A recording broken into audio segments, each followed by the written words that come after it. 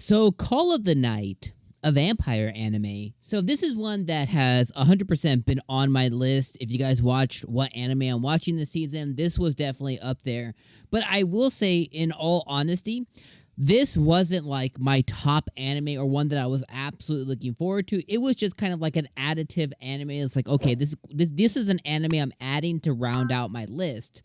What I will say is episode one absolutely blew me away. And I think of all the episode ones so far this summer, I think this shot to the top. And this is right there for me, right next to Uncle from Another World. That one blew me away yesterday as well. I think this one is the top. I think it's Call of the Night and then Uncle from Another World as far as summer anime. But this one came in with such a fresh take on an old genre being vampires, right? And it came in with a awesome OP. Like the OP has so much pizzazz. This anime has so much, I wrote down, it has so much style, it has so much flair. It has this hip hop essence, hip hop vibes to it, and it's just really, really cool. It has these deep, contrasty colors. It projects the nights in purples and blues, and it's a feast for your eyes to look at. The animation and the art style are top notch. It has this very unique art style, and it even depicts the like sexiness of the vampire girl, Nazuna. It depicts her like in a sexy way still, but in definitely a unique one. So I'm really, really digging the art style like a lot. I love the style. I love the flair. I'm absolutely just like in love with this anime. On top of everything else, we find out that this story essentially follows this dude named Koi Yumori, and he's 14 years old. Okay, and I love how immediately he's just kind of lost in the world, you know, as we all are at 14, trying to figure out what the hell's going on with his life and everything. And he ends up just having, you know, trouble sleeping, and that's kind of why he finds himself outside, literally outside, in the night. And he ends up running into this girl, Nazuna, one night as he's trying to buy a beer or sake or beer or something from a vending machine. Apparently, Japan just has vending machines that sell sake. That doesn't surprise me whatsoever, so I assume, like, yeah, okay, cool. So he suddenly meets this girl, Nazuna, as she basically catches him as he's trying to purchase alcohol, essentially. And what I love before we get to this point, because I want to kind of continue on, is before this point, it kind of sets him up, you know, troubled, has trouble sleeping, is kind of a night walker, definitely worried about his parents finding him, all this stuff. And we find out that he also has kind of like love-related issues too, and not from the common sense of, you know, wanting to, you know, get a girl or something and not being able to, but from him it's just understanding what that means, what attraction means, what lust means, what love means. And that's going to come in play a little bit later as I continue kind of talking on.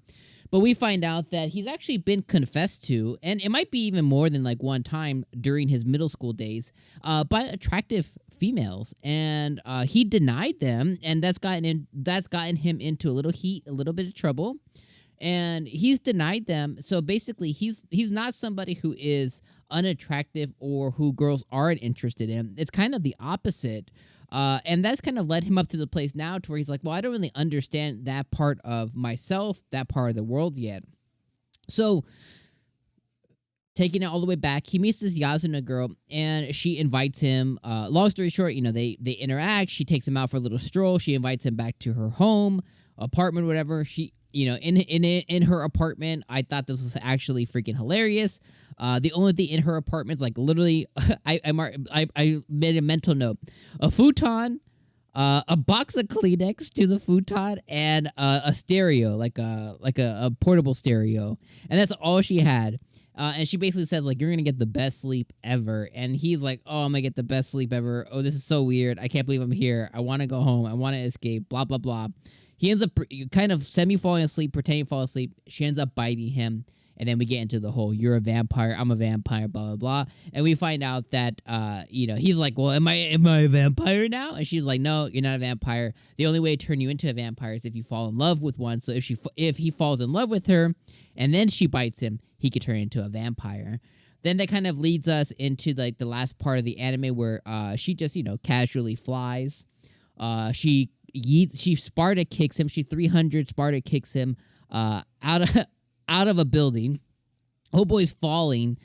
She swoops him up like Superman and takes him out for a casual fly in the night. Then some really cool hip hop music plays. But man, the animation, the art style, the aesthetic, the vibe that I'm getting is all just like really top tier and very, very unique. And I am just really digging this anime so far. Like Koi, or Ko Yamori, whatever his name, Koi. 14, so very young, middle school, but unique. I like that he's not a loser. I like that he's not some like dopey kid. Like he has some interest. He has some valuableness to the opposite sex, and I think that's a strong candidate for something a little bit different. You have this Nazuna girl who is a vampire. For how long she's been a vampire? Who did she fall in love with to become a vampire? How long has she been doing this? I want to see more of her story. I like her semi-attraction to this Ko dude.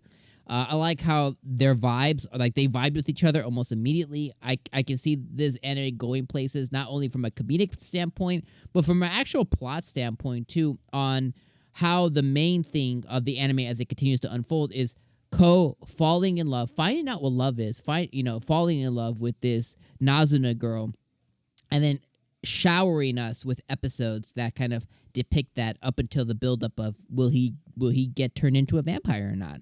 I think that's cool. But yeah, this anime, fantastic. My favorite episode 1 so far. Before you ask, because I know you're gonna ask, not you, but the you behind the you. This anime is on High Dive. Okay, it's like about $4 a month. You can fart out $4. If you can fart out $4 for a McDouble and some fries, you can fart out $5 for High Dive. That's where I watched it today. If you can't do that because you're broke, it's summertime, maybe you in school or something, don't ask me in the comments where you can watch it. Google the episode. Google Call of the Night episode 1. You're gonna get a bunch of answers. Take 10 seconds. Google. Go watch it on those websites that come up. Enjoy, my friends. That's how you can watch it. Regardless, thank you for watching me, giving me a little bit of your time. This has been Call of the Night episode 1. We're going to stick with this one because I absolutely freaking loved it. So at the end of the day right now, I'm covering 16 anime. We're going to reduce it down to about 8 or 10, depending on how each of these videos do. Unless they all pop off and I'm going to cover everything somehow. I'll stress myself out. I'll turn gray doing it. But, if not, we're going to reduce down. But this is going to be one that sticks around this season because I am loving it. That's another McDonald's reference. Okay? I'm going to see you guys next week on next Thursday for Call of the Night Thursdays, for Vampire Thursdays, baby. Let's go. All right, my friends. See you next week. Peace.